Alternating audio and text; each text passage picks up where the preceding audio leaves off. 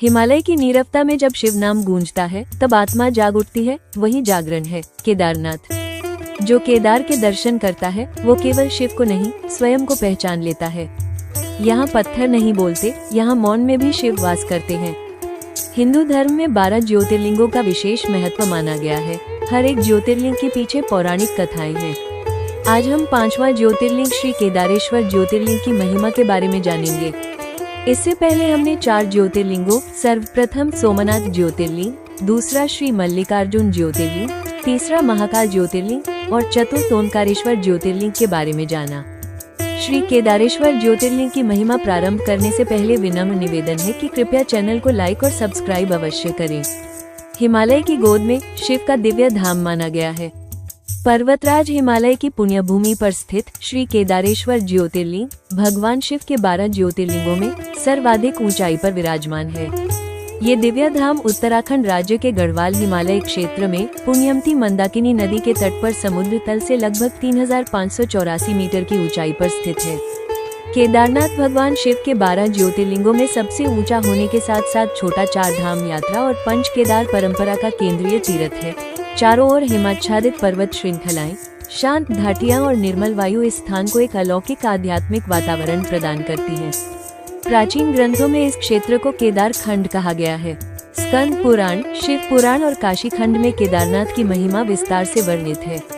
हिमालय की यह भूमि ऋषि मुनियों की तपोभूमि रही है, जहाँ सदियों से साधना और ध्यान होता आया है। केदारनाथ केवल एक मंदिर नहीं, बल्कि तप, त्याग और मोक्ष की साधना का प्रतीक है।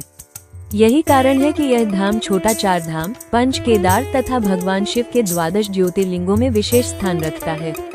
केदारनाथ के पश्चिम में मंदाकिनी नदी प्रवाहित होती है, जबकि पूर्व दिशा में अलकनंदा नदी के तट पर भगवान बद्रीनाथ का प्रसिद्ध धाम स्थित है।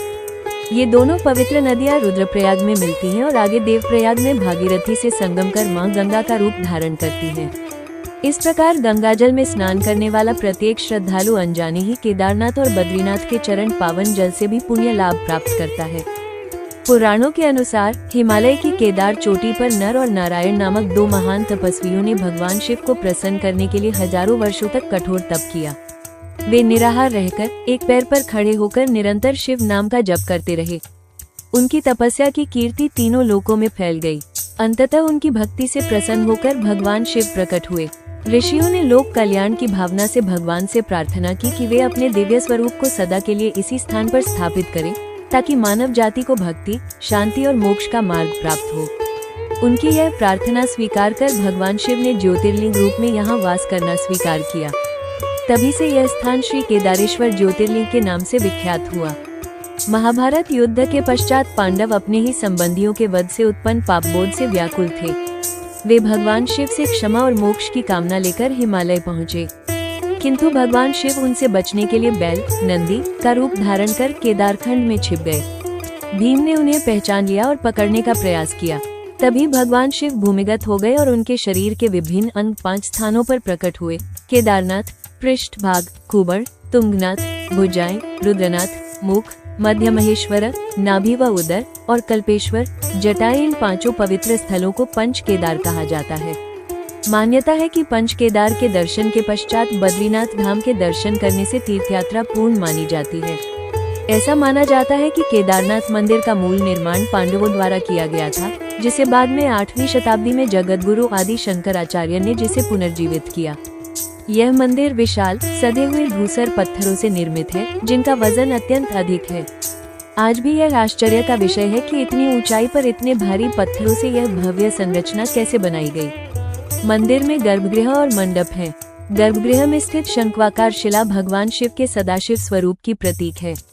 मंदिर के मुख्य द्वार पर विराजमान विशाल नंदी बैल भक्तों का स्वागत करता है। केदारनाथ में शीत ऋतु में अत्यधिक हिमपात होता है, इसलिए मंदिर नवंबर से अप्रैल तक बंद रहता है। इस अवधि में भगवान शिव की चल प्रतिमा को ऊखीमठ स्थित ओंकारेश्वर मंदिर में स्थापित कर नियमित पूजा की जाती है। अक्षय तृतीया के शुभ अवसर पर कपाट खुलते हैं और कार्तिक पूर्णिमा या भाई दूज के आसपास बंद होते हैं। मंदिर तक पहुंचने के लिए गौरीकुंड से लगभग 17 किलोमीटर की पैदल यात्रा करनी होती है, जो श्रद्धा, साहस और धैर्य की परीक्षा है। वर्ष 2013 की विनाशकारी बाढ़ में केदारनाथ क्षेत्र को भारी क्षति पहुंची, किंतु मंदिर संरचना सुरक्षित रही। मंदिर के पीछे स्थित एक विशाल शिला, जिसे आज भीम शिला कहा जाता है, प्राकृतिक कवच बनकर मंदिर की रक्षा करती रही। श्रद्धालु इसे भगवान शिव की दिव्य कृपा का प्रतीक मानते हैं। श्री केदारेश्वर ज्योतिर्लिंग के दर्शन, पूजन और तप से सांसारिक कष्टों का नाश, सांसारिक बंधनों से मुक्ति, अटल शिव भक्ति की प्राप्ति और अंततः मोक्ष की प्राप्ति होती है। ओम नमः शिवाय। हर हर महादेव। यदि इस कथा ने आपके मन को छुआ हो तो इसे लाइक करें, शेयर करें और हमारे चैनल को सब्सक्राइब करना न भूलें। कमेंट में लिखकर बताइए आप किस मंदिर या भगवान की कथा सुनना चाहते हैं। ओम नमः शिवाय। हर हर महादेव।